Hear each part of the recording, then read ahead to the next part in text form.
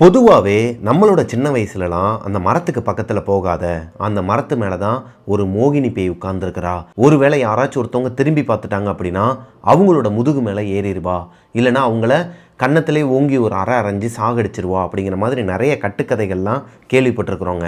அதாவது கட்டுக்கதைகளோ உண்மையோ நம்ம சின்ன வயசில் வெளியே போகாமல் இருக்கிறதுக்கு, அதுவும் முக்கியமாக வில்லேஜ் சைடில் இருக்கிறவங்களுக்குலாம் நல்லாவே தெரியும். ஒரு கட்டத்துக்கு மேலே, அதாவது இந்த ஏரியா முடிஞ்சதுக்கப்புறமா கொஞ்சம் காட்டு பகுதியை லைட்டாக ஆரம்பித்தா கூட அந்த சைடு போகாத, அங்கிட்டேருந்து கொல்லி பிசாசு வரும், அது போக மோகினி பிசாசு இருக்கும், அந்த மரத்து மேலே தான் உட்காந்துருக்குன்னு சொல்லிட்டு பயம்படுத்துவாங்க. அவங்க சொன்ன எல்லா விஷயங்களையும் நம்மளும் ஆஹா உண்மையாகவே அங்கே ஒரு பேய் இருந்துச்சுன்னா, நம்மளை ஒரு வேளை அடிச்சிருச்சுன்னா கொன்றுச்சுனான்னு சொல்லிட்டு நம்ம இதை ஒரு கட்டுக்கதையாகவே நம்பி தாங்க வாழ்க்கையை நடத்திட்டு இருந்திருப்போம். நம்மளோட வாழ்க்கையில் அந்த மரத்து மேலே ஒரு பேயை பார்த்துருப்போமா அப்படின்னு சொல்லி கேட்டால் ஜீரோ தாங்க. கண்டிப்பாக பார்த்துருக்க மாட்டோம். எனக்கு அந்த மாதிரி நடந்துருக்குதுங்க. சின்ன வயசில் விருதுநகர் பக்கத்தில் இருக்கிற ஒரு கிராமம் தான் எங்கள் பாட்டி ஊருங்க.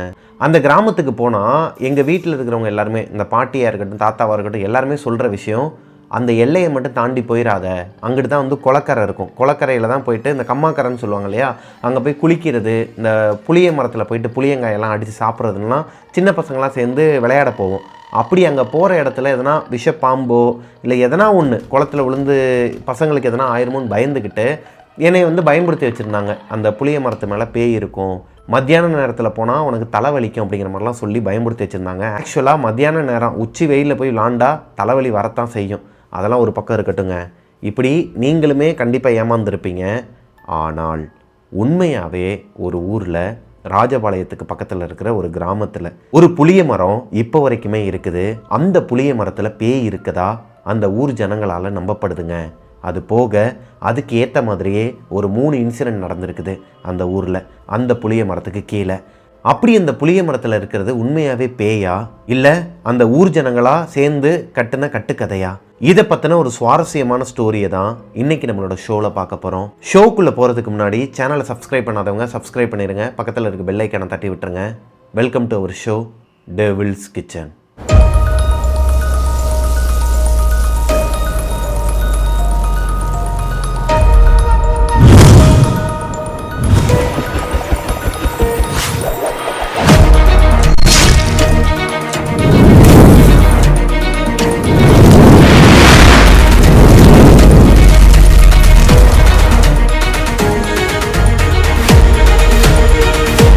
ஹலோ கோஸ்டீஸ், நான் உங்களோட பிரபாகரன். இன்றைக்கி நம்ம பார்க்க போகிற ஸ்டோரியை எனக்கு இன்ஸ்டாகிராமில் அனுப்பின பொண்ணோட பேர் நந்தினிங்க. நந்தினி ராஜபாளையத்துக்கு பக்கத்தில் இருக்கிற ஒரு கிராமத்தை சேர்ந்த பொண்ணு. இந்த கிராமத்தில் நந்தினி அவங்க கூட பிறந்த அண்ணன், கூட பிறந்த தம்பி, அப்பா, அம்மா, இவங்க எல்லாருமே ஒரு ஃபேமிலியாங்க. நந்தினியோட அப்பா ஒரு ஹோட்டல் வச்சு நடத்திக்கிட்டு இருக்கிறாரு. சின்ன வயசுலேருந்தே அவங்க அப்பா அந்த ஹோட்டல் தான் நடத்திக்கிட்டு இருக்கிறாராங்க. நந்தினியோட அண்ணன் பெருசாலாம் படிக்கலையாங்க. 8th ஸ்டாண்டர்டோட அவரோட படிப்பை முடிச்சுக்கிட்டு அவங்க அப்பாவோட ஒத்தாசைக்கு போயிட்டாராம். அதாவது எனக்கு இந்த தொழிலே பார்த்துக்கிறேன்ப்பா, எனக்கு படிப்பு வரலன்னு சொல்லிட்டு அவங்களோட தொழிலை பார்க்க ஆரம்பிச்சிட்டாராங்க. ஹோட்டல்லே உட்காந்து கல்லாப்பட்டியில் உட்காந்து கொஞ்சம் நிர்வாக பொறுப்பெல்லாம் எடுத்துக்க ஆரம்பிச்சிட்டாராம். நந்தினியோட தம்பி 9th ஸ்டாண்டர்ட் படிச்சுட்டு இருக்கும்போது நந்தினி 12th ஸ்டாண்டர்ட் படிச்சுட்டு இருக்கிறாங்க. இவங்க 2 பேருமே ஸ்கூலுக்கு போயிட்டு ரிட்டர்ன் வரும்போது அவங்களோட அப்பா கடையில் போய் உட்காந்துருவாங்களாம். நைட்டு ஒரு 7 மணி 8 மணிக்கு தான் அங்கேருந்து கிளம்பி, அதாவது நந்தினியோட அம்மா, தம்பி, நந்தினி 3 பேர் மட்டும் வீட்டுக்கு வந்துடுவாங்களாம். நந்தினியோட அப்பாவும் அண்ணனும் கடையை எடுத்து தான் வீட்டுக்கு அன்டைமில் தான் வருவாங்களாங்க. ஒரு 12-12:30 மணி ஆயிருமா அவங்க வரதுக்கே. நந்தினியோட வீட்டுக்கு பக்கத்துலேயே, அதாவது பக்கத்து தெருக்கள்லையே இவங்களோட சொந்தக்காரங்க, அதாவது அவங்க அப்பா கூட பிறந்த அண்ணன் தம்பிங்க, இவங்க அம்மா கூட பிறந்த அக்கா தங்கச்சிங்க எல்லாருமே ஒரே ஊரை சேர்ந்தவங்க தான். பரம்பரையாக இவங்க இந்த ஊரில் தான் வாழ்ந்துக்கிட்டு வராங்க. அவங்களோட ஊர் எல்லை மாரியம்மன் கோயிலாக இருக்கட்டும், இது எல்லாமே ஃபேமஸாங்க. அவங்க ஊரை பொறுத்த வரைக்கும் ராஜபாளையம் வரைக்குமே அந்த ஊரை பற்றி தெரியுமா. அந்த ஊரில் நடக்கிற திருவிழா 7 நாள் 8 நாள் நடக்குமாங்க. அது ரொம்பவே பிரம்மாண்டமாக நடக்குமா. ஆனால் அப்படியே ஆப்போசிட்டில் பார்த்தீங்கன்னா இதே ஊரில் ஒரு புளிய மரம் இருக்குது. இந்த புளிய மரத்தை பார்த்தாலே எல்லாருக்குமே பயம் வருமாங்க. முதல்ல இந்த ஊரில் முன்னாடி ஒரு 7-8 வருஷத்துக்கு முன்னாடி அந்த புளிய மரத்துக்கு பக்கத்தில் தான் ஒரு பஸ் ஸ்டாப் இருக்குமா. இந்த பஸ் ஸ்டாப்பில் தான் இவங்க வெளியூருக்கு போகிறதா இருக்கட்டும், வெளியூர்லேருந்து வர பஸ்ஸாக இருக்கட்டும், அங்கே தான் போய் எல்லாருமே ஏறி இறங்குறது இருந்திருக்கிறாங்க. அந்த பஸ் ஸ்டாப்பில் ஒரு நாள் ஒரு சம்பவம் நடந்திருக்குதுங்க.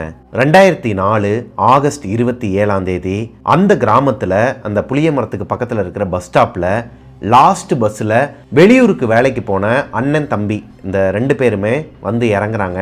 இந்த பஸ்ஸுலேயே கடைசியாக இருக்கிறவங்கன்னா இவங்க மட்டும்தான். இந்த பஸ்ஸில் கடைசி ஸ்டாப் இந்த ஊரான்னு கேட்டிங்கன்னா கிடையாதுங்க.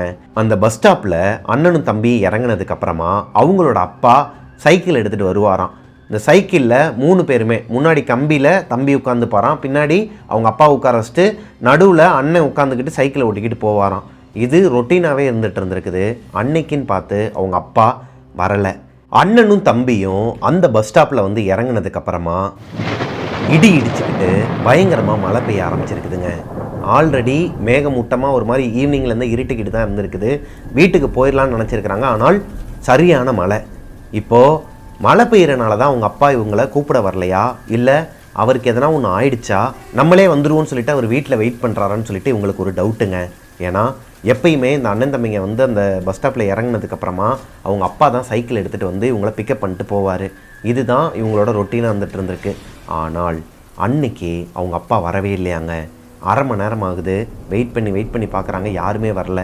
அந்த பஸ் ஸ்டாப்புக்கு பக்கத்தில் அக்கம் பக்கத்தில் யாருமே இல்லையாங்க. மழை கொட்டி தீக்குது, பயங்கரமாக இடி வேற இடிக்குது. தம்பிக்கு இந்த இடினா பயமாங்க. அதனாலே அண்ணனை கட்டி பிடிச்சிக்கிட்டு ஒரு மாதிரி பயந்துக்கிட்டே இருக்கிறாரு. இவங்களோட வீட்டோட கஷ்டத்தின் காரணமாக தான் அந்த 2 பசங்களுமே படிக்காமல் வேலைக்கு போயிட்டு வராங்க. பெரிய பையன் 10th ஸ்டாண்டர்ட் படிக்கிற வயசு, சின்ன பையன் 8th ஸ்டாண்டர்ட் படிக்கிற வயசு.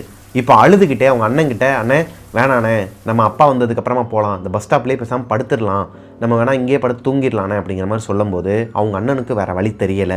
ஏன்னா இவங்க போகிறது ஒரு ஒத்தையடி பாதை தான். இவங்களோட ஊரில் இந்த கிராமங்கிறனால இப்போ வரைக்குமே நிறைய கிராமத்தில் அந்த பிரச்சனை இருக்குதுங்க. ஊருக்கு ஒதுக்காப்புறத்தில் போயிட்டு பஸ் ஸ்டாப் வச்சுருவாங்க. அங்கேருந்து இவங்க ஊருக்குள்ளே வரதுக்கே 1.5 கிலோமீட்டர் 2 கிலோமீட்டர் நடந்து தான் வரணும். அதுவே ஊருக்குள்ளே பஸ் ஸ்டாப் இருந்தால் டைரெக்டாக இறக்கிட்டு அந்த சாவடியை சுற்றி போனாலே கரெக்டாக இருக்கும். அதை பண்ணவே மாட்டாங்கங்க இந்த கவர்மெண்ட்டில். அதே மாதிரி தான் இந்த கிராமத்துலேயும் அந்த பிரச்சனை இருக்குது. இப்போது அப்படி இல்லை. இவங்க பெட்டிஷன்லாம் போட்டு அதுக்கப்புறமா அந்த பஸ் ஸ்டாப்பை தூக்கி ஊருக்குள்ளே மாற்றிட்டாங்களாங்க. என்னதான் அண்ணனும் தம்பியும் அந்த பஸ் ஸ்டாப்பில் தங்கலான்னு சொல்லிட்டு முடிவெடுத்தாலும் 2 பேருக்குமே தூக்கம் வரலங்க. எப்படி தூக்கம் வரும்? நடு ரோட்டில், அதாவது இந்த பஸ் ஸ்டாப்பில் பின்னாடி வேற ஒரு புளிய மரம். ஆல்ரெடி இந்த புளிய மரத்தில் வந்துட்டு பேய் இருக்கதா அவங்களோட ஊரில் நிறையா பேச்சுக்கள்லாம் அடிபட்டு இருக்குது. அந்த ஏரியா சைடு நைட்டு வரவங்களெல்லாம் ஏதோ ஒரு மோகினி பிசாசு கூப்பிட்றதாகவும், திரும்பி பார்த்தா அவங்கள அடித்து அங்கேயே படுக்க போட்டுறதாகவும், அதாவது அடுத்த நாள் எந்திரிச்சு பார்க்கும்போது அவங்களோட முதுகுலையோ இல்லை அவங்க உடம்புல எதனா ஒரு இடத்துல காயங்கள் இருக்கிறதாகவும், ஹை ஃபீவர் வந்து நிறைய பேர் ஹாஸ்பிட்டலெல்லாம் அட்மிட் ஆகிருக்கிறாங்களாங்க. அதனாலேயே இந்த இடத்த பார்த்தா எல்லாருக்குமே பயம். அப்படி இருக்கும் பட்சத்தில் எப்படியாவது அவங்க அப்பா வந்துட மாட்டாரான்னு சொல்லிட்டு 2 பசங்களும் ஏங்கிக்கிட்டு இருக்கிறாங்க. இப்போ அந்த சின்ன பையனால் யூரினை அடக்க முடியலங்க. எந்திரிச்சு போயிட்டு ஓரமாக நின்று போயிட்டுருக்கிறாரு. போய்கிட்டு இருக்கும்போது ஒரு விஷயத்தை கவனிக்கிறாருங்க. அவருக்கு லெஃப்ட் சைடில் தான் அந்த புளிய மரம் இருக்குது. அதாவது இவங்க இருக்கிற ஒரு பஸ் ஸ்டாப்பில் இங்கனக்குள்ளே உட்கார்ற இடம் இருக்குன்னா அவர் பின்னாடி போயிட்டு அந்த பக்கம் புளிய மரத்தை பார்த்த மாதிரி தான் யூரின் பாஸ் பண்ணிகிட்டு இருக்கிறாரு. அந்த புளிய மரத்துக்கு மேலே வெள்ளை சேலை கட்டிக்கிட்டு முடியெல்லாம் விரித்து போட்டு ஒரு பொண்ணு, அந்த பொண்ணோட முகம் செதஞ்சு போயோ இல்லை வேற ஒரு உருவம் மாதிரியோலாம் இல்லைங்க, ஒரு பொண்ணு. ஆனால் அந்த ஒரு பொண்ணை இவங்களோட ஊருக்குள்ளே அந்த பையன் பார்த்ததே கிடையாதாங்க. அப்படி ஒரு பொண்ணு மரத்துக்கு மேலே உட்காந்துக்கிட்டு இந்த பையனை பார்த்துக்கிட்டு இருக்குதான். இதை பார்த்த உடனேயுமே இந்த பையனுக்கு என்ன பண்ணுறதே தெரியல. ஒரு மாதிரி அப்படியே உறைஞ்சு போய் நின்றுக்கிறாருங்க. கத்தவும் முடியல, பயந்து போயிட்டு அவங்க அண்ணனை கூப்பிடவும் முடியல. அவர் என்ன பண்ணுறதுனே தெரியாமல், இந்த செய்வதறியாமல் நிற்கிறதும்பாங்க இல்லையா, அந்த மாதிரி உறைஞ்சு போய் நின்றுக்கிறாரு. பயங்கரமாக ஒரு இடி விழுந்துருக்குதுங்க. இந்த இடி சத்தத்தில் தான் அவர் நார்மலாகவே இருக்கிறாரு. டக்குன்னு இவர் பயந்துட்டு மறுபடியும் இப்படி பார்க்கும்போது ஒரு ஃப்ராக்ஷன் ஆஃப் த செகண்டில் இவர் பார்த்த இடத்துல அந்த உருவம் இல்லையா, அந்த பொண்ணோட உருவம் இல்லையா. இப்போ பயந்துட்டு அவங்க அண்ணங்கிட்ட வந்துட்டு நடந்ததை சொல்ல மாட்டாரு. வானே, மழை பெஞ்சாலும் பரவாயில்ல, இடி இடித்தாலும் பரவாயில்ல, நம்ம பாட்டுக்கு முடிஞ்ச அளவுக்கு வேகமாக நடக்க ஆரம்பிக்கலாம், முடிஞ்சால் ஓடலாம், வேகமாக போயிடலாம், நான் வீட்டுக்கு அப்பா வரமாட்டாரு, எனக்கு தெரிஞ்சு போச்சு, மழை பெய்யறனால அவர் வீட்டில் தான் இருப்பார், வானே நம்மளே போயிடலான்னு சொல்லிட்டு வார்னிங் கொடுக்குறாரு. இப்போ அண்ணன் என்ன சொல்கிறாருன்னா, டேய் அப்பா வந்து நம்மளை தாண்டா திட்டுவார், மழையில் நனைஞ்சிட்டு போனால் கொஞ்ச நேரம் வெயிட் பண்ணுவோம், இன்னொரு 1/4 மணி நேரம் மட்டும் உட்காருவோம், அவர் வரலன்னா நீ சொன்ன மாதிரியே போயிடலாம்டா அப்படிங்கிற மாதிரி சொல்ல, இப்போது நடந்த விஷயத்த பயந்துட்டு சொல்கிறார். அண்ணே எனக்கு பயமாக இருக்குண்ணே, இந்த இடிமின்னலுக்காக ஒரு பயம் இருந்தாலும் பின்னாடி இந்த புளிய மரத்தில் ஒரு அக்கா உட்காந்துருந்தாங்கண்ணே, வெள்ளை கலர் சேலை கட்டிக்கிட்டு என்னைய பார்த்த மாதிரியே உட்காந்துருந்தாங்க, அவங்க நம்மளை தான் பார்த்துக்கிட்டு இருக்கிறாங்க, எனக்கு பயமாக இருக்குன்னு சொல்லும்போது அண்ணன் சிரிக்கிறாரு. டேய், இந்த ஊரில் சொல்கிற கட்டுக்கதையெல்லாம் நீயும் நம்பிக்கிட்டு இருக்கியா? அது எப்படா புளிய மரத்தில் தான் வந்து பேய் உட்காருமா, வேறு மரத்துலலாம் போய் பேய் உட்காராதா? சும்மா எதையாவது சொல்லிட்டு இருக்காரா, உட்கார்றா, ஒரு 1/4 மணி நேரம் பொறுமையாடுறா, அப்பா வந்தோடனே போகலான்டான்னு சொல்லிட்டு இந்த பையனை உட்கார வைக்கிறாரு. அவருக்கு பேய்னா நம்பிக்கை கிடையாதாங்க. யாராச்சும் எதனா சொன்னால் கூட கட்டுக்கதை, இதெல்லாம் நம்புற மாதிரியா இருக்குது அப்படிங்கிற மாதிரி சொல்கிற ஒரு கேரக்டர். தம்பிக்கு அவ்வளோ மழை பெஞ்சு குளிர்காற்று அடிச்சுமே உடம்பெல்லாம் ஒரு மாதிரி வேர்த்து கொட்ட ஆரம்பிக்குதுங்க. அவரால் நல்லாவே ஃபீல் பண்ண முடியுது இந்த இடத்துல ஏதோ ஒரு நெகட்டிவ் வைப்ரேஷன் இருக்குது அப்படிங்கிறத. அடுத்த 5 நிமிஷத்தில் மழை விட்டுருச்சுங்க. ஆனால் இடி மின்னல் மட்டும் இந்த மாதிரி வெட்டிக்கிட்டே இருக்குது, சத்தம் கேட்டுக்கிட்டே இருக்குது. இந்த நேரம் பார்த்து கரெக்டாக ஒருத்தவர் புல்லட்டில் வந்துட்டு இருக்கிறாருங்க. அந்த ஊரை சேர்ந்த ஒரு பெரிய மனுஷன். இந்த அண்ணன் கேரக்டருக்கு ரொம்பவே பழக்கமான ஒரு அண்ணங்க. அவர் ஒரு வேலை விஷயமா வெளியே போயிட்டு, வெளியூர் போயிட்டு ரிட்டன் வந்துட்டு இருக்கிறாரு. அவரை கையை காட்டி நிப்பாட்டினதுக்கு அப்புறமா என்னடா பண்ணுறீங்க, இந்நேரத்தில் எதுக்குடா எங்கே உட்காந்துருக்கீங்கன்னு சொல்லிட்டு அவர் கேட்கும்போது, அண்ணே இந்த மாதிரி நடந்தது எல்லாத்தையும் சொல்கிறாங்க. சரி வாங்கடா, நான் உங்களை கூட்டு போகிறேன். எப்படினாலும் அப்பா வந்தாருன்னா ஆப்போசிட்டில் தானே வருவார், அவர் அப்படியே கூட்டு போயிடலாம், மழை தான் விட்டுருச்சுல, வாங்க பின்னாடி உட்காருங்கன்னு சொல்லிட்டு 2 பேரையும் பின்னாடி உட்கார வச்சு கூட்டு போகிறாருங்க. இப்போது அந்த வண்டியில் ஏறும்போது அண்ணன் புளிய மரத்தில் இருக்கிற அந்த பேயை, அதாவது தம்பி பார்த்த அதே உருவத்தை பார்த்துடுறாருங்க. பார்த்த உடனேயும் ஒரு மாதிரி தூக்கி போட்டிருக்குதுங்க அவருக்கு. இது நாள் வரைக்கும் கட்டுக்கதை பேயின்னு ஒன்று கிடையவே கிடையாதுன்னு சொன்ன ஒரு நபரால் திடீர்னு ஒரு விஷயத்தை பார்த்தோன்னே எப்படி ஏற்றுக்க முடியும்? இப்போதான் அவரோட தம்பி ஒரு 5 நிமிஷத்துக்கு முன்னாடி சொல்லியிருக்கிறாரு, யாரோ ஒருத்தவங்க உட்காந்துருந்தாங்க, அதெல்லாம் கட்டுக்கதறான்னு சொல்லிட்டு திரும்பி பார்த்துருக்குறாங்க, அங்கே யாருமே இல்லை. ஆனால் இப்போ அந்த புளிய மரத்து மேலே இந்த உருவத்தை பார்த்ததும் இவருக்கு என்ன சொல்கிறதுனே தெரியலையாங்க. சீக்கிரம் எடுங்கண்ணே, வண்டி எடுங்கன்னு சொல்லிட்டு அம்மா உட்காந்துட்டு எதுவுமே பேசாமல் தம்பிக்கு ஒரு மாதிரி வேர்த்து கொட்டிக்கிட்டே வருது. ஏன்னா அவர் ஆல்ரெடி பயத்தில் தான் இருக்கிறாரு. அண்ணனுக்கும் இப்போ முகமெல்லாம் ஒரு மாதிரி வேர்த்து கொட்ட ஆரம்பிக்குது. இந்த முன்னாடி உட்காந்துருக்கிற அண்ணன் என்னென்னமோ கேள்வி கேட்குறாரு. இதுக்கு முன்னாடி உங்கள் வாழ்க்கையில் நடந்த விஷயங்கள்லாம் இருக்கும் இல்லையா, ஏண்டா அந்த பையனோட பிரச்சனை என்னடா ஆச்சு, அங்கே ஏதோ உங்கள் அப்பா பிரச்சனை பண்ணிட்டு இருந்தாப்லே இந்த மில்லில், அது என்னடா ஆச்சு அப்படின்னு சொல்லிட்டு கேட்கும்போது எதுக்குமே ஆன்சர் பண்ணாமே உட்காந்து வந்துருக்கிறாரு.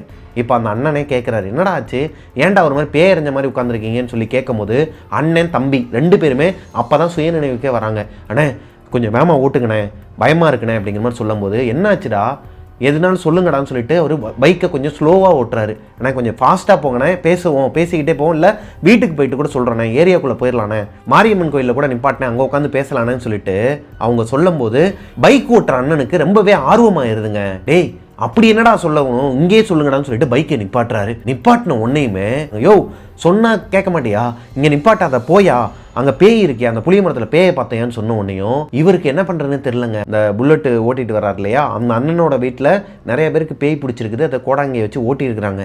அதனாலே அவருக்கு பேயினாலே பயம். அதனால தான் அன்டைமில் வரும்போது இந்த ஆஞ்சநேயரோட ஒரு தாயத்தொன்று கட்டியிருப்பாராங்க. அது போக அவரோட பைக்லேயுமே நிறைய கயிறுங்கள்லாம் கட்டி வச்சிருப்பாராம் புல்லட்டில். இந்த வாடா போடா வாயா போயான்னு சொன்னது கூட அவருக்கு பெருசாக தெரியலை. என்னடா சொல்கிறீங்க, எங்கடா பார்த்தீங்கன்னு சொல்லிட்டு கேட்கும்போது இந்த புளிய மரத்தில் தான் பார்த்தோம், அவ்வளவு ஏன் இப்போ என் பின்னாடியே ஓடி வருதியா, நான் பார்த்தேன்னு சொல்லிட்டு தம்பி சொல்கிறாரு. ஆக்சுவலாக அந்த பைக் ரன் ஆகி போய்கிட்டு இருக்கும்போது 2 பேருமே அமைதியாக வந்ததுக்கு காரணம் என்னன்னா, இவங்க 2 பேரோட கண்ணுக்குமே இவங்களுக்கு ரைட் சைடில் அந்த உருவம் ஓடி வந்துட்டு இருக்குதாங்க, கூடையே ஓடி வந்துட்டு இருக்குதான். நார்மலாக கிடையாதுங்க, எப்படி சிரிச்சுக்கிட்டே ஓடி வந்திருக்குது, பயங்கரமா சிரிச்சுக்கிட்டே ஓடி வந்திருக்குது. இதை பார்த்து பயந்து போய் தான் 2 பேருமே அந்த அண்ணன் கேட்கிற கேள்விகளுக்கெல்லாம் பதில் சொல்லாம அரண்டு போய் உட்காந்துக்கிட்டே வந்திருக்கிறாங்க. இப்போ அந்த அண்ணன் அவரால் முடிஞ்ச அளவுக்கு பைக்கை முறுக்கிட்டு போறாரு.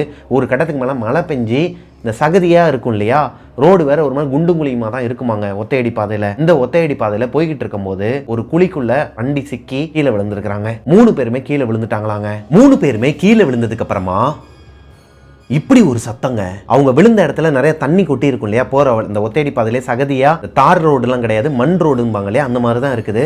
அதில் அங்கங்க குண்டு குழியுமா இருக்கிறனால சகதி தண்ணியா சேர்ந்து இருக்குது. இந்த சகதி தண்ணியில யாரோ ஒருத்தவங்க ஓடி வந்தாங்கன்னா இப்படி ஒரு சத்தம் கேட்டிருக்குதுங்க, ஓடி வர மாதிரி சகதி தண்ணியில. அது போக கொலுசு சத்தமும் கேட்டிருக்குது. இவங்க எல்லாருக்குமே பயம், எந்திரிச்சு பார்த்துருக்குறாங்க இந்த சத்தம் கேட்டு. சுத்தி முத்தி சரௌண்டிங்ல யாருமே கிடையாதாங்க. இவங்க போற வழி எல்லாமே எல்லோ கலர்ல ஒரு ஸ்ட்ரீட் லைட் இருக்குங்க, குண்டு பல்பு, ஒரே ஒரு பல்பு தான் இருக்கும். அந்த மாதிரி மொத்தத்துக்கு 6 ஸ்ட்ரீட் லைட் இருக்குமா, அதாவது அந்த ரோட்ல வச்சிருப்பாங்களாம். அந்த லைட் வெளிச்சத்துல நல்லாவே தெரியுமாங்க, சுத்தி முத்தி பார்த்தா யாராச்சும் வராங்களா, யாராச்சும் இருக்காங்களான்னு சொல்லிட்டு நல்லாவே தெரியுமா. இவங்களை சுத்தியுமே யாருமே கிடையாது. மழையும் விட்டுருச்சு, இடிமின்னல் சத்தமும் விட்டுருச்சு, மயான அமைதி. இந்த வயக்காட்டுக்குள்ளலாம் நிறைய பூச்சிங்கெல்லாம் இருந்துச்சுன்னா ஒரு சத்தம் கேட்கும் இல்லையா, அந்த மாதிரி கூட எந்த சத்தமும் கேட்கலையாங்க. இவங்க 3 பேருக்குமே உயிர் பயம் வந்திருக்குதுங்க. ஏதோ ஒன்று பின்னாடியே வந்திருக்குங்கிறது இவங்க 3 பேருக்குமே தெரியுது. டக்குன்னு எந்திரிச்சு பைக்கை எடுத்துக்கிட்டு ஸ்டார்ட் பண்ணுறதுக்கு ட்ரை பண்ணுறாரு. பைக் ஆன் ஆகவே இல்லை. அந்த புல்லட்டில் வந்த அண்ணனுக்கு ஆஞ்சநேயர்னா ரொம்ப பிடிக்கும், ஆஞ்சநேயரோட தீவிர பக்தனுங்க அவர். அப்படி இருக்கும் பட்சத்தில் அவரோட தாயத்தை ஒன்று கழுத்தில் போட்டிருக்கிறாரு. அது ராமேஸ்வரத்தில் வாங்கின ஒரு தாயத்தாங்க. எப்பயுமே அவரோட கழுத்தில் தான் இருக்கணும்னு சொல்லிட்டு போட்டிருக்கிறாரு.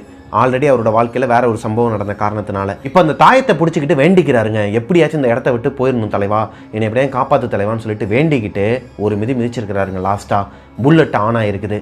ஆன் ஆனதுக்கு அந்த 2 பசங்களையும் பின்னாடி உட்கார வச்சுக்கிட்டு கண்ணை மூடிக்கிட்டு முறுக்கி இருக்கிறாருங்க. ஊருக்குள்ள போற வரைக்குமே அந்த அண்ணனுக்கு எதுவுமே தோணலை.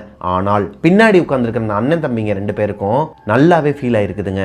இவங்க ஏரியாக்குள்ளே போகிறதுக்கு முன்னாடி வரைக்குமே, அந்த அம்மன் கோயிலை தாண்டறதுக்கு முன்னாடி வரைக்குமே அந்த பொண்ணோட உருவம் இவங்களோட கண்ணுக்கு தெரிஞ்சிருக்குதுங்க. ஒரு வழியாக இவங்களோட ஊருக்குள்ளே வந்துடுறாங்க. இப்போது அவங்க அப்பா வீட்டில் தான் இருக்கிறாரு. அவங்க அப்பா கீழே விழுந்து காலில் அடிபட்டு எந்திரிச்சு நடக்க முடியாத ஒரு ஸ்டேஜில் இருக்கிறனால தான் இந்த பசங்களை கூப்பிட்றதுக்கு அவங்க அப்பா அன்னைக்கு வரலையாங்க. இப்போ இந்த புல்லட்டில் வந்தார் இல்லையா, அந்த அண்ணனே போயிட்டு இந்த 2 பசங்களையும் அங்கே ட்ராப் பண்ணிவிட்டு அன்டைமில் இதுக்கப்புறம் அந்த இடத்துக்கு வராதிங்கடா, உங்களோட ஓனர்கிட்ட பேசிவிட்டு முன்னாடியே வந்துடுங்க, ஒரு 7-7:30 மணிக்கெலாம் இங்கே வந்துடுற மாதிரி பிளான் பண்ணுங்கள். அப்படி வர முடியாத பட்சத்தில் நீங்கள் அங்கேயே தங்கி வேலை பாருங்கடா, வாரத்துக்கு ஒரு நாள் மட்டும் நீங்கள் லீவுக்கு ஊருக்கு வந்துட்டு போங்க. இந்த விஷயமா நான் ஊர் தலைவர்கிட்டையும் பேசுகிறேன். இதுக்கப்புறம் ஊரில் இருக்கிறவங்க எல்லாருமே கொஞ்சம் கேர்ஃபுல்லாக இருக்கலாம். உயிர் பயத்தை காட்டிட்டான் அப்படிங்கிற மாதிரி அவங்க அப்பா கிட்டையுமே நடந்த விஷயத்தெல்லாம் இந்த புல்லட்டில் வந்தவர் சொல்லிட்டு போயிருக்கிறாருங்க. ஆக்சுவலாக இந்த புல்லட்டில் வந்தது யாருன்னா நந்தினி, இந்த கதையை அனுப்புனாங்க இல்லையா, அவங்களோட அப்பா. அவரோட லைஃப்ல நடந்த ஒரு ரியல் இன்சிடென்ட்டுங்க இது. இந்த இன்சிடென்ட்டை நந்தினியோட அப்பா சின்ன வயசுல இருந்தே நந்தினிக்கும் அவங்களோட தம்பி அண்ணன் எல்லாருக்குமே சொல்லி தான் வளர்த்துருக்கிறாங்க. ஒருவேளை அன்னைக்கு மட்டும் நந்தினியோட அப்பா அந்த இடத்துக்கு வரலனா அந்த 2 பசங்களும் காலையில உயிரோட இருந்திருப்பாங்களான்னு கேள்விக்குறிதானாங்க.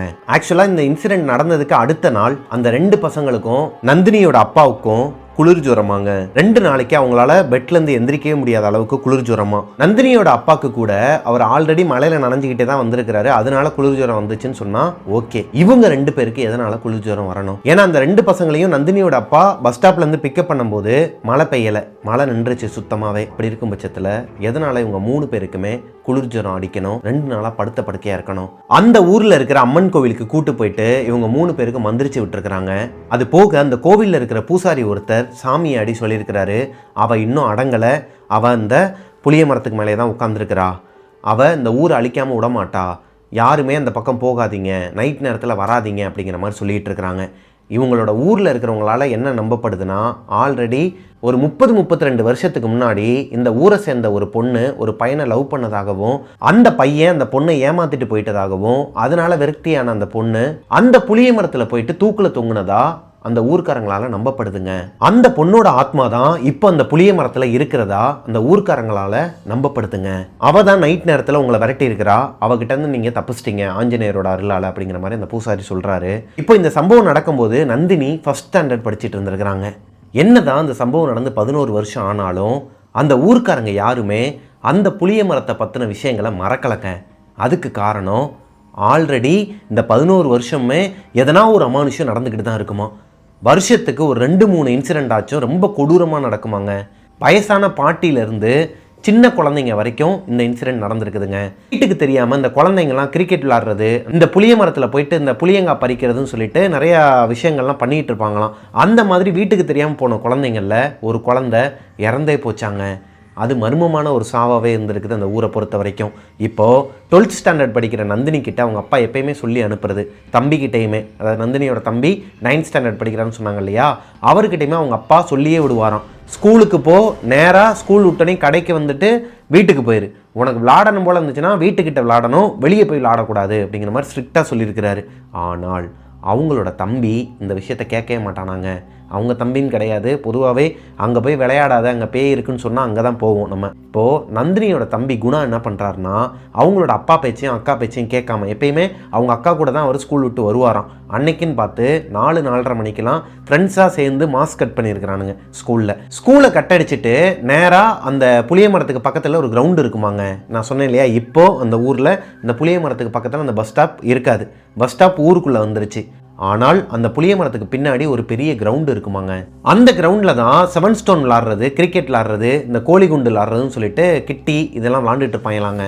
அந்த மாதிரி அந்த பையன் போயிட்டு விளாண்டுட்டு இருக்கும்போது நந்தினி ஸ்கூல் முடிஞ்சதுக்கு அப்புறமா ரொம்ப நேரம் வெளியவே வெயிட் பண்ணியிருக்கிறாங்க. எல்லா பசங்களும் வெளியே போனதுக்கு அப்புறமா இந்த குணாவோட டீச்சர் ஒருத்தவங்க இவங்களுக்கு ஃபேமிலி ஃப்ரெண்டு தான், அவங்க ஸ்கூல்லேருந்து வெளியே வரும்போது கேட்குறாங்க நந்தினி, என்னாச்சு மேம், என்னோட தம்பி வரவே இல்லை, உள்ளே தான் இருக்கிறானா, எதனா ஸ்பெஷல் கிளாஸ் நடக்குதான்னு சொல்லிட்டு கேட்கும்போது, இல்லைம்மா லாஸ்ட் பீரியடில் ஒரு 7-8 பசங்களை காணும், நாளைக்கு வந்து பேரண்ட்ஸை கூட்டறணுங்கிற மாதிரி தான் நாங்கள் சொல்ல போகிறோம் வந்ததுக்கப்புறமா, அதில் ஓன் தம்பியும் தான் இருக்கிறான், நானே சொல்லணுன்ட்டு இருந்தேன், நல்லவேளை நீயே நிப்பாட்டி கேட்ட அப்படிங்கிற மாதிரி சொல்லும்போது நந்தினிக்கு பயம் வருதுங்க. அப்போ எங்கே போயிருப்பான் தம்பி? நேராக அவங்களோட ஹோட்டலில் போய் பார்த்தா அவங்க அப்பா கேட்பார், எங்கே குணாவை எங்கே, அவனை கூட்டு வரலையான்னு சொல்லிட்டு திட்டுவாராம். எப்பயுமே தம்பி குணாவை நந்தினி தான் அவங்களோட கடைக்கு கூட்டு வருவாங்களாம், ஏன்னா அவங்க கடையை தாண்டி தான் அவங்க வீட்டுக்கு போகணும். அப்படி இருக்கும் பட்சத்தில் இவங்க பயந்துக்கிட்டு நந்தினியோட ஃப்ரெண்டை அவங்க அப்பா கடைக்கு அனுப்புகிறாங்க. இவங்க கொஞ்சம் தூரமாக இருந்து கேட்கும்போது அவங்க இல்லைங்கிறாங்க.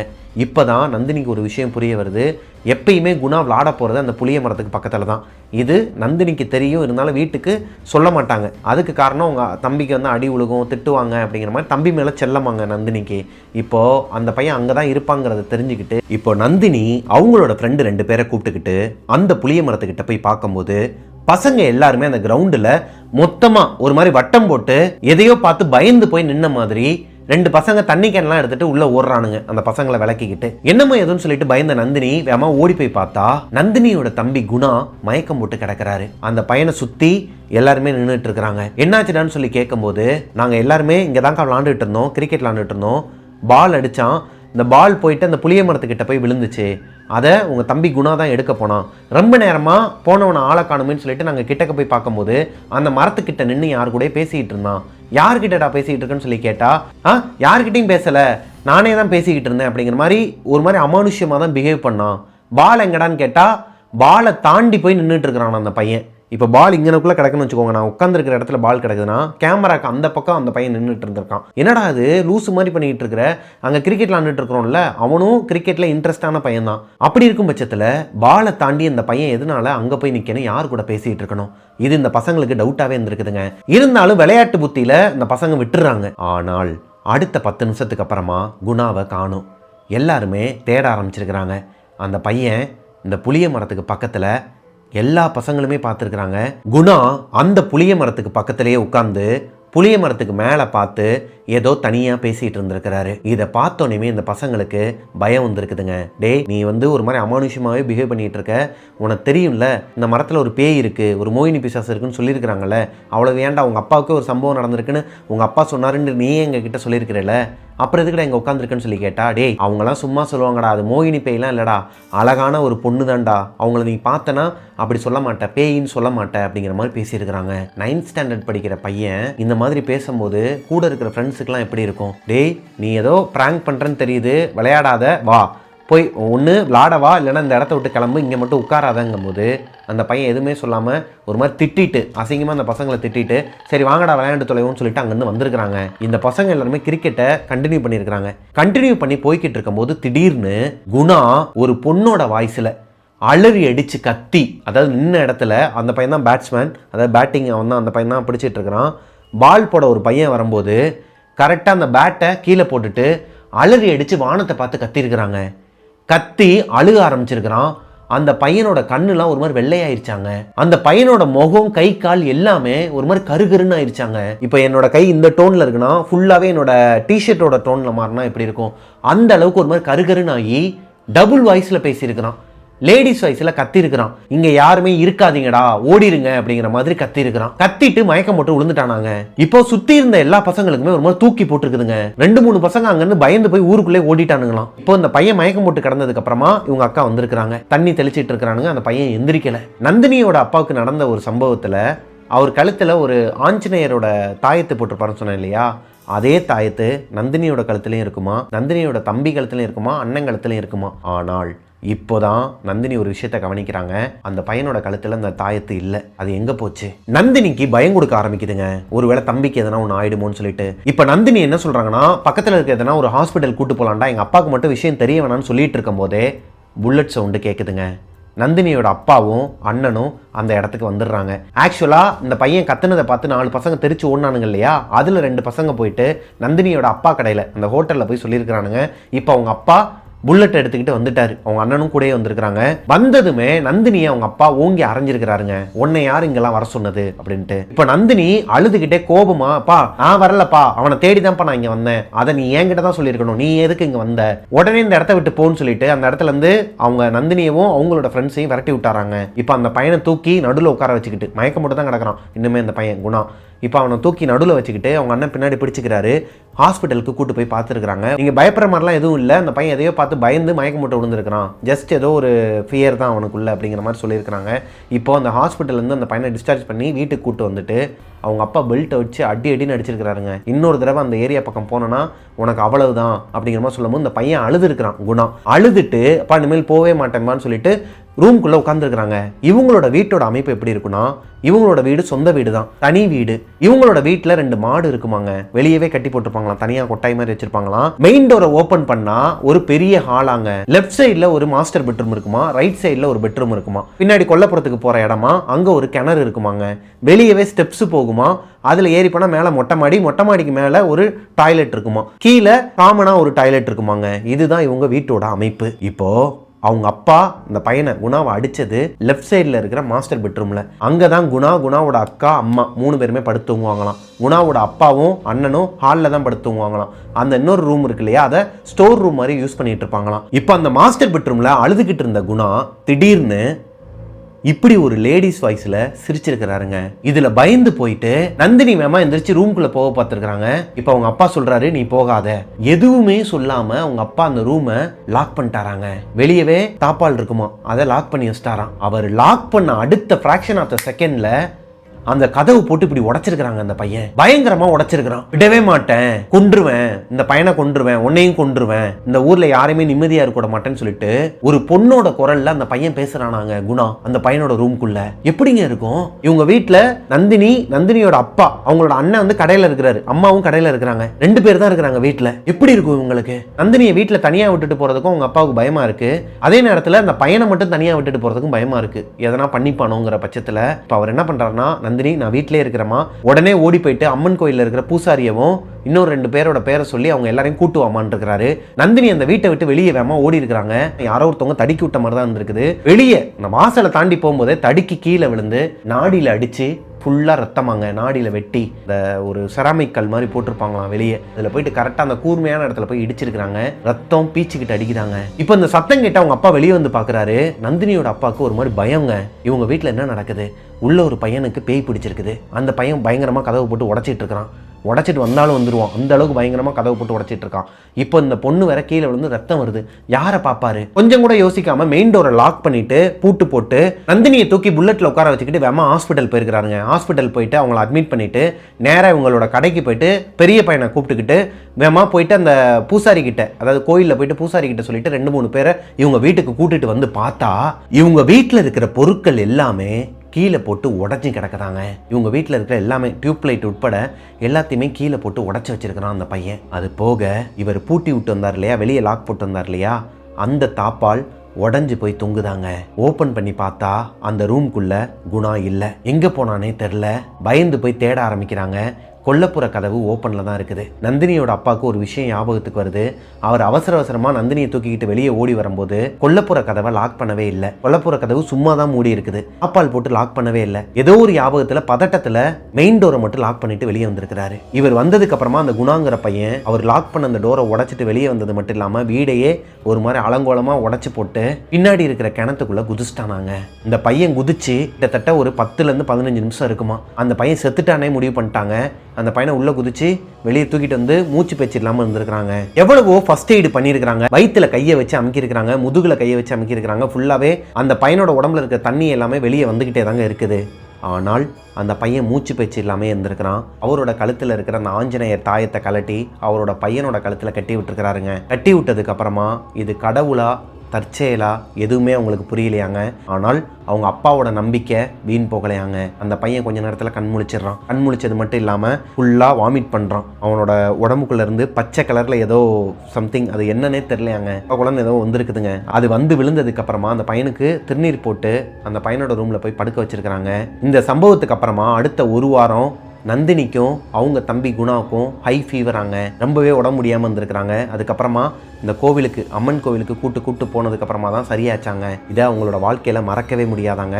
நந்தினி என்ன சொல்கிறாங்கன்னா, அவங்களோட தம்பியோட உடம்புக்குள்ள அந்த புளிய மரத்தில் இருக்கிற மோகினி பிசாசு தான் புகுந்திருக்குது, அதனால தான் அவன் அப்படி பிஹேவ் பண்ணாங்கிற மாதிரி சொல்கிறாங்க. இது போக இந்த ஆஞ்சநேயரோட தாயத்து தான் அவங்க தம்பியை காப்பாற்றினதாகவும் சொல்கிறாங்கங்க. இதுதான் நந்தினி. சாரி, அவங்களோட பேர் நந்தினி கிடையாது, புனைப்பெயர்கள் தான். இதில் யூஸ் பண்ண எல்லா பேருமே புனைப்பெயர்கள் தான். அவங்களோட பர்சனல் டீட்டெயில்ஸ் வந்து ஷேர் பண்ண வேணாம்னு சொல்லிட்டாங்கங்க. ஆனால் அவங்களோட ஊர் ராஜபாளையம் பக்கத்தில் இருக்கிற ஒரு கிராமம் தான். நிறைய பேருக்கு தெரியும், கீழே கமெண்ட்லேயே சொல்லுவாங்க பாருங்கண்ணா அப்படிங்கிற மாதிரி தான் அந்த பொண்ணு சொன்னாங்க. இப்போ வரைக்குமே அந்த ஊரில் அந்த மோகினி பிசாசு அந்த புளிய மரத்தில் தான் இருக்கிறதா நம்புகிறாங்களாங்க. நிறைய சம்பவங்கள் இப்போ வரைக்குமே நடந்துகிட்டு இருக்குதான், சின்ன சின்ன இன்சிடென்ட்லாம். இந்த ஒரு இன்சிடென்ட்டுக்கு அப்புறமா யாருமே இறக்க மாட்டாங்களாங்க. ஆனால் அமானுஷ்யமாக பிஹேவ் பண்ணுறது, அமானுஷ்யமாக நடந்துக்கிறது, பேய் பிடிக்கிறது, தலையை பிச்சுக்கிட்டு நடுத்தரில் ஓடுறது, பெத்த அப்பா அம்மாவையே அடிக்கிறது, அசிங்கமாக திட்டுறதுன்னு சொல்லிட்டு ஏகப்பட்ட அமானுஷ்யங்கள்லாம் நடந்துகிட்டு இருக்குதாங்க இப்போ வரைக்குமே. அந்த ஊர் கட்டுப்பாட்டை மீறி வெளியே போகிறவங்களுக்கு தான் இந்த மாதிரி விஷயங்கள்லாம் நடக்குதான். மற்றபடி சூதானமாக இருக்கிறவங்களுக்குலாம் நடக்கலையாங்க. இந்த ஸ்டோரி அவங்க சொன்னதை என்னோட நரேஷனில் நான் உங்ககிட்ட சொல்லிட்டேன். உங்களுக்கு பிடிச்சிருக்குன்னு நம்புகிறேன். பிடிச்சிருந்துச்சுன்னா லைக் பண்ணிடுங்க. உங்களோட வாழ்க்கையிலும் இதே மாதிரி எதனா ஒரு அமானுஷம் நடந்திருக்குது, அதை என்கிட்ட ஷேர் பண்ணணும்னு நினச்சிங்கன்னா ஐ பிரபாகரன் அஃபிஷியல் மிஸ்டர் பிரபாகரன்கிற இன்ஸ்டாகிராம் ஐடிக்கு இன்பாக்ஸ் பண்ணுங்கள். மிஸ்டர் பிரபாகரன் யூடியூப் சேனலை சப்ஸ்கிரைப் பண்ணிடுங்க. பக்கத்தில் இருக்க பெல் ஐக்கானை தட்டி விட்டுருங்க. ஸ்பாட்டிஃபைல டெவில்ஸ் கிச்சனை ஃபாலோ பண்ணாதவங்க ஃபாலோ பண்ணிக்கோங்க. மிஸ்டர் பிரபாகரன் யூடியூப் சேனலை சப்ஸ்கிரைப் பண்ணாதவங்க சப்ஸ்கிரைப் பண்ணி பக்கத்தில் இருக்க பெல் ஐக்கானை தட்டி விட்டுருங்க. நெக்ஸ்ட்டு ஒரு சூப்பரான ஸ்டோரியில் உங்களை மீட் பண்ணுற வரைக்கும் டாட்டா, பாய் பாய்.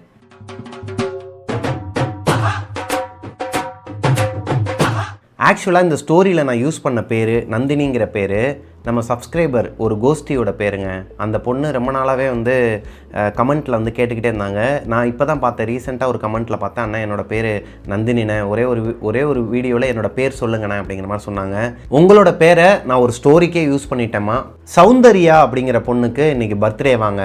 8/3/2026 என்னோடய பர்த்டேண்ணே. எனக்கு ஒரே ஒரு விஷஸ் மட்டும், அதுவும் உங்களோட வாயால் நீங்கள் நம்ம ஷோவில் மட்டும் சொல்லிட்டீங்கன்னா எனக்கு ரொம்ப ஹாப்பினே, அது ஒரு பெரிய கிஃப்டாக இருக்குன்னு சொல்லிட்டு கமெண்ட்டில் மென்ஷன் பண்ணியிருந்தாங்க. ஹாப்பி பர்த்டேமா சௌந்தர்யா, உங்களோட வாழ்க்கையில் எல்லாமே நல்லபடியாக நடக்கிறதுக்கு வாழ்த்துக்கள். கோஸ்டிஸ் எல்லாருமே கமெண்ட்டில் சௌந்தர்யாவுக்கு விஷ் பண்ணிடுங்க. பிரியதர்ஷினி அப்படிங்கிற பொண்ணு, ஹாய் அண்ணா, என்னோட நீஸ், அதாவது அக்கா பொண்ணு அண்ணன் பொண்ணாக இருக்கலாம் மேபி, அவங்களோட அந்த குழந்தை இருக்கிறாங்க இல்லையா பிரீத்திகா, அவங்களுக்கு 11th பர்த்டே வாங்க. நீங்கள் விஷ் பண்ணிங்கன்னா ரொம்பவே சந்தோஷப்படுவோம் அண்ணன். அவங்களோட ஃபேமிலியில் எல்லாருமே உட்காந்து தான் டெவில்ஸ் கிச்சன் ஷோ பார்த்துட்டு இருப்பாங்களாம். ஸோ பிரீத்திகா, உங்களுக்கு wish you many more happy returns of the day. அவங்களோட செல்ல பேர் அம்மு வாங்க. Happy birthday Ammu. இதுக்கு முன்னாடி ஸ்டோரியில் ஸ்விக்கி ஊழியருக்கு நடந்த ஒரு அமானுஷ்ய சம்பவம் சொல்லி ஒரு பயங்கரமான ஸ்டோரி பார்த்துருந்தோங்க. அந்த ஸ்டோரிக்கு கீழே நிறைய பேர் கமெண்ட் பண்ணியிருந்தாங்க. அந்த கமெண்ட் செக்ஷன்லேருந்து ஒருத்தரோட கமெண்ட் படிக்கிறேன். சுமித் குமார் அப்படிங்கிறவர் என்ன கமெண்ட் பண்ணியிருக்கிறாருன்னா, ஆனால் நானும் ஸ்விக்கியில் டெலிவரி பாயாக தான் ஒர்க் பண்ணிகிட்டு இருக்கேன், யாரும் எங்களை சரியாக நடத்துறதில்ல. 2 வருஷமாக அவர் என்கிட்ட அவரோட லைஃப்பில் நடந்த ஒரு கோஸ்ட் ஸ்டோரியை, அதாவது இந்த ஸ்விக்கி டெலிவரி பண்ண போகும்போது நடந்த ஸ்டோரியை சொல்கிறதுக்கு ட்ரை பண்ணுறாராம், முடியலையாங்க. நான் பார்த்த வரைக்குமே நிறைய பேர் என்ன போட்டிருக்கிறாங்கன்னா, மோகன் மீ டலி அப்படிங்கிறவர், அப்புறம் இன்னும் நிறைய பேர் வந்து தம்பி தினமும் வீடியோ போடு அப்படிங்கிற மாதிரி போட்டிருக்கீங்க. டெய்லி வீடியோ போடுறதுக்கு நானும் ட்ரை பண்ணிட்டு தாங்க இருக்கிறேன். நமக்கு கரெக்டான ஒரு எடிட்டர்ஸுமே இன்னும் செட் ஆகலை. அது போக ஒரே ஒரு தம்பி மட்டும்தான், அன்புங்கிற பையன் மட்டும்தான் இருக்கிறாப்புல. அந்த தம்பிக்கிட்ட நம்ம ரொம்பவும் புஷ் பண்ணி கொடுக்க முடியாது இல்லையா. அதனால் ஒரு ப்ராப்பராக ஒரு எடிட்டர் அமைஞ்சிட்டாங்க அப்படின்னா நம்ம அடுத்தடுத்து ரெகுலர் வீடியோவே, டெய்லி வீடியோவே நான் போடலான்ட்டு இருக்கிறேன். அதுக்கான நேரம் வர வரைக்கும் ஒரு நாள் விட்டு கரெக்டாக வீடியோ வந்துக்கிட்டே தாங்க இருக்கும். அப்புறம் உங்கள் எல்லார் மேலேயுமே எனக்கு ஒரு கோபம் இருக்குதுங்க. என்னென்னா, நம்ம வந்து ஸ்டார்டிங்கில் ஒரு இன்ட்ரோடக்ஷன் வச்சுருந்தோம், அதை எடுத்துகிட்டு புதுசாக ஒரு இன்ட்ரோடக்ஷன் வந்தோடனே நல்லா இருக்குது அப்படின்னு சொன்னீங்க. இப்போது ஒரு சிலர் வந்து என்ன பண்ணுறாங்கன்னா, இந்த இன்ட்ரோ வேணானே அந்த இன்ட்ரோ தான் நல்லா இருக்குது அப்படிங்கிறாங்க. நடுவில் ஒரு 2-3 வீடியோவில் நான் ஸ்டார்டிங்கில் போட்ட இன்ட்ரோவை மாற்றி வச்சப்போ புதுசு என்னாச்சுன்னா அதையே போட்டிருக்கலாமே அப்படிங்கிற மாதிரி கமெண்ட் பண்ணுறாங்க. இதை நான் எப்படி எடுத்துக்கிறது? நிறைய பேர் என்ன சொன்னாங்கன்னா, சவுண்ட் எஃபெக்ட்ஸ் இல்லாமல் போடுங்க, பிக்சர்ஸ் எதுவுமே இல்லாமல் பேக்ரவுண்ட் மியூசிக்கே முடிஞ்சால் தவிர்த்துருங்க, அப்படியே உங்களோட வாய்ஸை மட்டும் போடுங்க, நாங்கள் கேட்குறோம், அதுவே நல்லா தான் இருக்கும் அப்படிங்கிற மாதிரி சொல்கிறீங்க.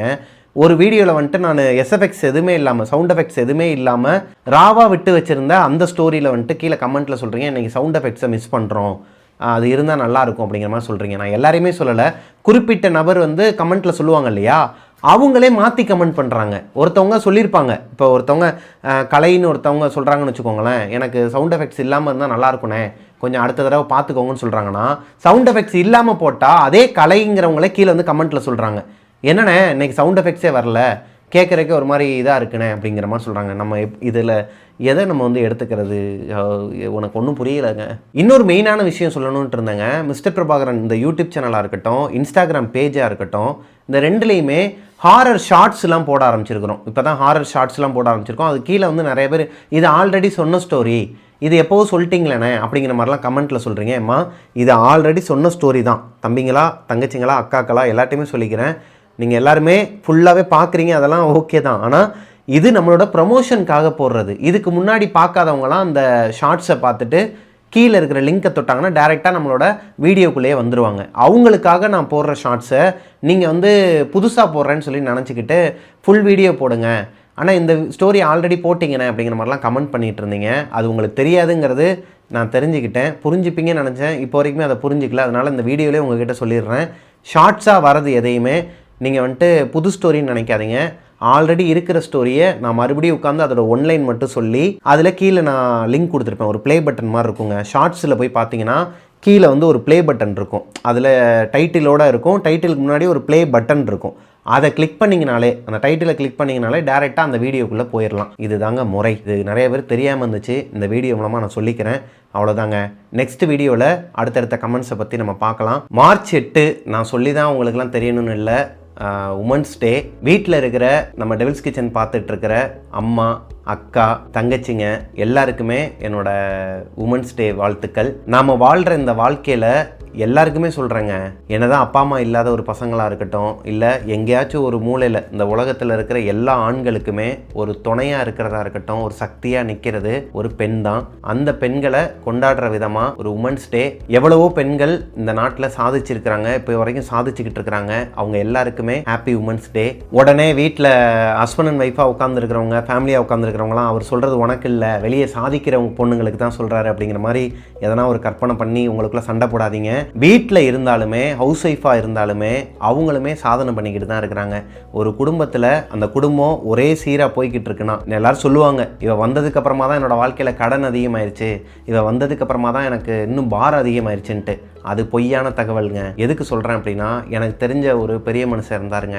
அவர் இப்போ உயிரோடு இல்லை. அவர் என்கிட்ட சொல்லிக்கிட்டே இருப்பார். அவர் லவ் மேரேஜ் தான் பண்ணார். அவர் என்கிட்ட ஒரு ஈவெண்ட் அப்போது நாங்கள் போயிட்டு வரும்போது சொன்னார் ஒரு விஷயம், செல்லக்குட்டி எனக்கு வந்து இந்த மாதிரி என்னதான் நம்ம வெளியே போயிட்டு ஹஸ்பண்ட் அண்ட் ஒய்ஃப் காமெடி, நம்ம கலக்க போது யாரில் நான் அஞ்சலியை வந்து சொல்லுவேன் இல்லையா, இவ தான் என்னோட பிசாசு பேய், கல்யாணம் ஆகாதவங்களாம் சுதந்திரமாக இருப்பாங்க அப்படிங்கிற மாதிரிலாம் சொல்லிகிட்டு இருந்தாலும் உண்மை என்ன, end of the day fact என்னன்னு பார்த்தீங்கன்னா, ஒரு பொண்ணோட துணை இல்லாமல் ஒரு ஆண் இருக்க முடியாதுங்க. அது ரொம்ப கஷ்டம். அது வந்து நரக வேதனைன்னு சொல்லுவாங்க. அது இப்போ சொல்லும்போது புரியாது. எல்லாருமே எப்படி இந்த பேய் இருக்கா இல்லையான்னு சொல்லி கேட்கும்போது ஒரு சிலர்லாம் பேயெலாம் கிடையவே கிடையாது, போடா என்னமோ கதை விட்டுட்டுருக்கிறான்னு சொல்லிட்டு போயிடுவாங்க. அடுத்த ஒரு வருஷம் கழித்து அவங்களோட வாழ்க்கையில் எதனா ஒரு சம்பவம் நடந்திருக்கும். அதை பார்த்துட்டு அண்ணே நீங்கள் சொன்னது உண்மை தானே, போடா வாடான்னு அவனுங்க திடீர்னு அண்ணன் ஒன்னேன்னு கூப்பிட ஆரம்பிச்சிருவானுங்க. அந்த மாதிரி தான் இந்த விஷயமும். நான் இது இப்போது பொண்ணுங்களை பற்றி பேசிகிட்டு இருக்கிறேன், எனக்கு வேறு வேலை இல்லை அப்படின்ட்டு போனாலும் ஒரு கட்டத்துக்கு மேலே பிரதர் உங்களை தான் உங்கள் எல்லாரையும் தான் சொல்கிறேன், அப்படி நினைக்கிறவங்கள சொல்கிறேன். ஒரு கட்டத்துக்கு மேலே லைஃப்பில் நீங்கள் போகும்போது நீங்களே புரிஞ்சுக்கிட்டு அதுக்கப்புறமா அண்ணன் என்னன்ட்டு வருவீங்க. இங்கே அவர் சொன்னார் அன்னைக்கே இந்த மாதிரி, அதைத்தாங்க அன்னைக்கு அவர் சொன்னார். அவங்க இல்லை அப்படின்னா நம்ம நிம்மதியாக வெளியே போய்ட்டு வேலை பார்த்துட்டு வீட்டுக்கு வர முடியாது. ஒரு வீட்டையே வந்து அவங்க தான் பார்த்துக்கிறாங்க. சொல்லப்போனால் அம்மாவுக்கு அடுத்த ஸ்தானத்தில் வீட்டில் ஒய்ஃப் இருப்பாங்க, ஒய்ஃபுக்கு அடுத்த ஸ்தானத்தில் உங்களோட மகள் இருப்பாங்க. வீட்டில் ஹவுஸ் ஒய்ஃபாக இருக்கிற பொண்ணுங்க இருக்கிறாங்க இல்லையா, அவங்களுக்காக தாங்க நான் இதை சொல்ல வரேன். வெளி உலகத்தையே பார்க்காம அவங்களோட அப்பா அம்மா கூட ஜாலியாக ஒரு லைஃப் வந்து வெளியே சுதந்திரமாக இருந்தவங்க கல்யாணத்துக்கு அப்புறமா வீட்டுக்குள்ளே வந்து தன்னோட கணவன் தான் முக்கியம், தன்னோட கணவரோட வீட்டாளுங்க தான் முக்கியம்னு சொல்லிட்டு தன்னோட ஆசைகள் எல்லாத்தையுமே பொறுத்துக்கிட்டு வீட்டுக்குள்ளே உட்காந்து மாப் போடுறது, பெருக்கிறது, வீட்டில் ராணி மாதிரி இருந்திருப்பாங்க. இங்கே வந்துட்டு எல்லா வேலைகளையும் பார்த்து வீட்டில் இருக்கவங்க கிட்ட பேச்சும் வாங்குவாங்க. இந்த மாமியார்காரிங்கிற பேரில் இம்சை பிடிச்சவளுக்கு, நான் எல்லாரையும் சொல்லலைங்க, மன்னிச்சிருங்க, நான் எல்லாரையும் சொல்லலை, இம்சை பிடிச்சவங்களுக்கு மத்தியில், அதே மாதிரி இம்சை பிடிச்ச கணவர்களுக்கு மத்தியில் இந்த டாக்ஸிக்கான ஹஸ்பண்ட்ஸ்லாம் இருப்பானுங்க. குடிச்சிட்டு வந்து வீட்டில் வந்து சண்டை போடுறது, அடித்து இது பண்ணுறது, இந்த மாதிரிலாம் இருக்கும். அதுக்கெலாம் மத்தியில் இந்த உலகத்தில் வாழ்ந்துக்கிட்டு அப்படி அடி வாங்கினாலுமே அதே கணவனுக்கு சமைச்சு போடுற பெண்கள் உண்மையாகவே அவங்களோட கணவர்களுக்கு கண்கள் தாங்க, அவங்கவுங்க வீட்டுக்கு கண்கள் தான். ஸோ அவங்க எல்லாருக்குமே wish you happy women's day.